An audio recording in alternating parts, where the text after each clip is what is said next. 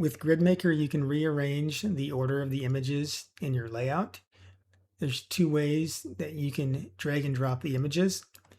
The first way is you can just swap the place of two images. So if I take Antonio Jackson image here, and let's say I go drop it on top of Joshua Parker, you can see those two images swap places. So now Joshua Parker is here and Antonio Jackson is here.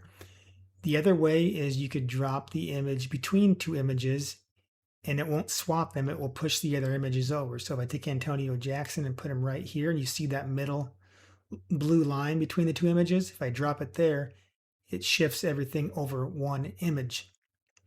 Now in the case you need to put something in the first slot, let's say the teacher, you did not have the numeric, that you didn't have a number in front of the file name, so it dropped the teacher in alphabetical order instead of in the first spot. If you want to put somebody in the first slot, the easiest way is to drop them between the first and second slot. If you drop them on the first slot, it's going to swap those places. So if you drop them in between the first and the second spot, and then you can take the first image and drop that one over one, then it keeps the correct order and it puts that into the first slot. That was really the only way I could get it programmed to work, was that way. Same thing with the image on the bottom.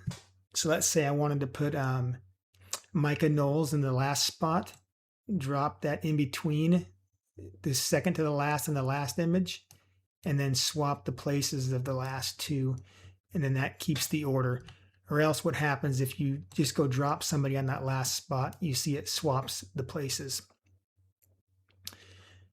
So that's how to rearrange images. And if you ever rearrange things and want to get them back to the order by file name, you just select the reset image order and it resets all of the image order back to alphanumerically last and then first.